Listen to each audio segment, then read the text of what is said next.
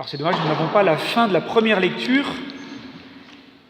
Quelques versets suivants, il est dit que ce roi mourra dans la nuit qui suivit. Et en fait, son confort, c'est sa mort. Nous aussi, parfois, peut-être, notre confort, c'est notre mort intérieure. Je dirais qu'une bonne persécution ne ferait pas de mal pour revigorer notre foi. Quand nous avons nos frères chrétiens d'Irak, d'Égypte ou de l'Inde qui voient comment nous faisons le carême, ils se marrent, ils rigolent. Quand ils voient que nous nous décourageons ou que nous baissons les bras devant la première croix qui se présente, la première contradiction, ils rigolent. Eux qui vivent l'épreuve de la croix et de la persécution, qui risquent leur vie, quand ils prient, quand ils vont à la messe, ils savent ce que c'est que de rendre témoignage au Seigneur. Comme nous le rappellent tous ces textes de la fin de l'année liturgique de novembre, qui nous rappellent que le Seigneur, qui a vécu la croix, ne nous a pas promis autre chose que cette même croix dans nos vies pour lui rendre le plus grand des témoignages, qui est le sens du martyr, de rendre témoignage. Et ce n'est pas un hasard si les messes votives à l'Esprit Saint, comme aux martyrs, sont en rouge, couleur de l'Esprit Saint, couleur du sang, de rendre ce témoignage à l'Esprit Saint qui nous conduit toujours au Christ, le roi des martyrs. Cela vous amènera à rendre témoignage, dit le Seigneur Jésus dans cet évangile.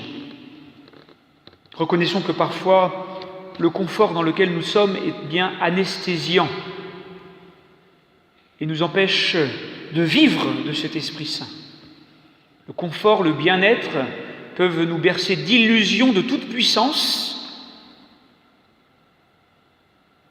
illusions de toute puissance qui nous empêchent de voir en vérité que nous avons besoin de Dieu, que nous avons besoin de son Esprit Saint et que sans lui, nous ne pouvons rien faire.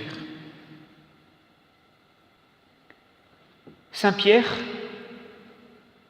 et nous le prions dans les complis, chaque mardi soir, nous dit « Soyez sobres, soyez vigilants ». Tout le temps de l'Avent qui va commencer dimanche va nous inviter à cette veille, à cette vigilance du cœur.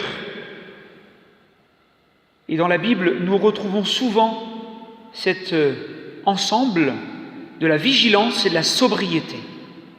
Soyez sobres, soyez vigilants, parce que le confort peut être notre mort si nous n'y prêtons pas attention, si cela nous anesthésie dans notre foi et dans notre disponibilité à l'Esprit Saint. Oui, chers amis, soyons sobres, soyons vigilants pour véritablement vivre la vie spirituelle, c'est-à-dire la vie dans l'Esprit Saint, qui n'est rien d'autre qu'un combat spirituel, un combat avec l'Esprit Saint, qui inévitablement nous donne de vivre la croix et nous donne de faire l'expérience de notre faiblesse, expérience heureuse de notre faiblesse, de notre pauvreté, parce que c'est seulement là, dans l'expérience de la faiblesse et de la pauvreté, que nous pourrons faire en vérité l'expérience que Dieu peut déployer sa toute-puissance en nous et que sans lui, nous ne pouvons rien faire. Tant que nous n'avons pas fait véritablement, profondément, cette expérience de la faiblesse, de la pauvreté, nous ne pourrons jamais véritablement, profondément, laisser faire Dieu dans nos vies, laisser l'Esprit Saint agir dans notre vie. Et par nous et en nous, laisser l'Esprit Saint rendre témoignage au Christ.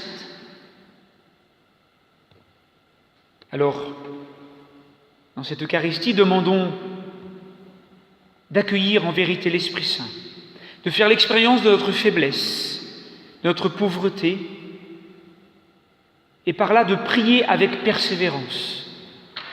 De prier avec persévérance. C'est ça le chemin de la sainteté, chers amis. Sainte Thérèse d'Avila disait cette petite phrase que j'aime beaucoup. La sainteté, c'est la promptitude à se relever. C'est ça la sainteté. La promptitude à se relever pour mener le combat spirituel, sans se décourager, sans baisser les bras, sans désespérer, car c'est ce que veut le démon. Mais toujours avancer, toujours se relever pour mener ce combat spirituel. Et que ces expériences de faiblesse, de pauvreté, les croix que Dieu nous donnera de vivre, si nous les vivons dans l'Esprit Saint, si nous les vivons dans la confiance, alors cette vulnérabilité sera une chance pour vivre en vérité la sainteté à laquelle Dieu nous appelle. Et nous pourrons alors nous laisser sanctifier par l'Esprit Saint, par l'Esprit du Seigneur. Vivons cela avec confiance. Demandons cela. Ne subissons pas la croix, car elle nous écrasera. Choisissons la croix avec amour, avec joie, dans la confiance que l'Esprit Saint nous donnera toujours la capacité de vivre cette croix-là pour la plus grande gloire de Dieu. Et alors nous rendrons témoignage, comme le Seigneur Jésus nous y invite aujourd'hui.